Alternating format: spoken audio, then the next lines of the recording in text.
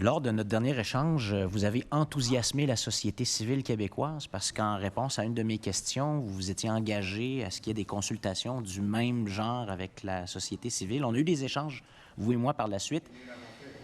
Vous avez des rencontres ciblées, mais des consultations de ce genre-là, est-ce que je pourrais avoir un engagement de votre part à ce qu'il y en ait avec la société civile? Des consultations de ce type? Il faut clarifier votre question parce que nous avons rencontré tant de monde.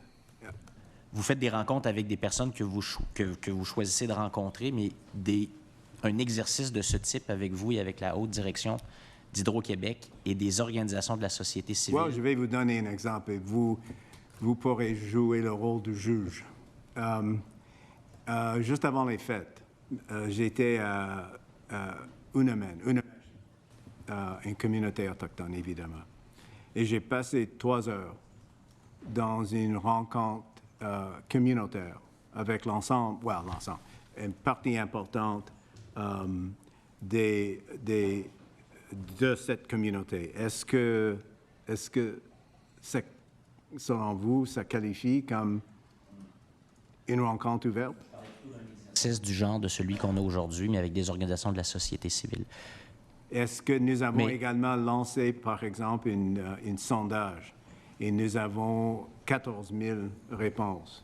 D'accord. OK, mais je comprends. Je vais être obligé de passer à un autre sujet parce que j'ai très peu de temps. Je voulais vous parler de la centrale Gentilly. Est-ce qu'elle produit encore des déchets nucléaires? La réponse est non. On a déjà amorcé le processus de déclassement de la centrale. Donc, on est actuellement en train de préparer les prochaines étapes pour le démantèlement, le stockage sécuritaire du combustible irradié.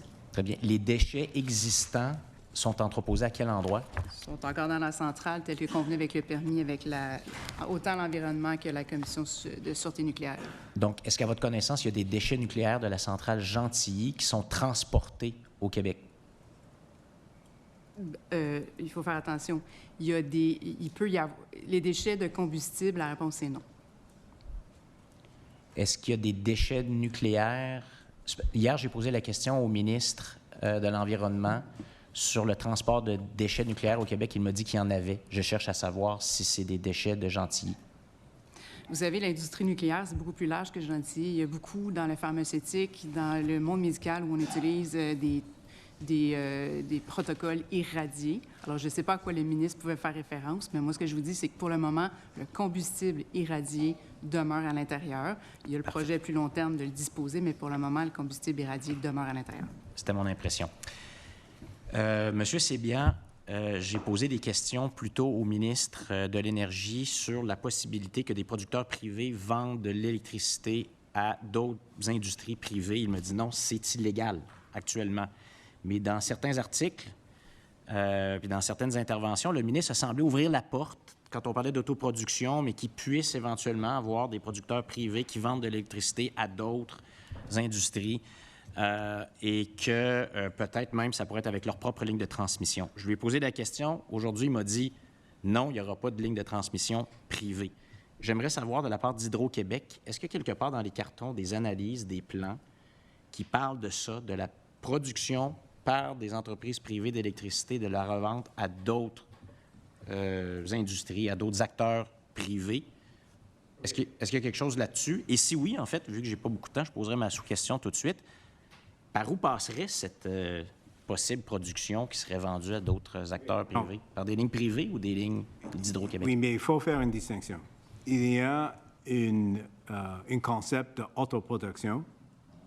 Il y a un autre concept qui n'est pas une autoproduction, mais c'est la production essentiellement qui vient d'autres producteurs de secteur privé et ils sont en train de vendre des choses en utilisant nos lignes. Le premier, autoproduction, ça c'est Rio Tinto, qui existe évidemment actuellement. TESS, je pense que c'était un autre exemple, juste au début. Donc ça c'est une chose et c'est permissible étant donné Rio Tinto a fait ça depuis des décennies. L'autre chose, ce n'est pas quelque chose qui existe. Et non, nous n'avons pas fait des études parce que parce que ce n'est pas quelque chose qui existe. Et ce n'est, en fin du compte, c'est la décision du gouvernement. Est-ce que le gouvernement va accepter de faire ça ou non? Mais pour l'instant, selon toute ma compréhension, la réponse à cette question est non. Donc, il n'y a pas de plan, il n'y a pas d'études, il n'y a pas d'analyse chez Hydro-Québec actuellement sur ce phénomène-là. Certainement pas, point à la ligne, pas de la part d'Hydro-Québec, non. Est-ce que le ministre pourrait répondre à la même question aussi s'il y a des analyses ou des plans actuellement? Je ne demande pas si c'est légal ou pas actuellement, je demande au ministre s'il y a actuellement des plans ou des études relativement à la production privée d'électricité et la revente à des acteurs privés. Ça n'a jamais été considéré, comme j'ai dit tantôt. Très bien. Monsieur Sebia, est-ce que vous pourriez nous parler, je ne sais pas si c'est une statistique qui existe globalement, mais j'aimerais savoir s'il y a un suivi ou des données qui permettent de montrer la progression ou l'absence de progression de la sous-traitance de certaines opérations ou activités d'Hydro-Québec vers le secteur privé.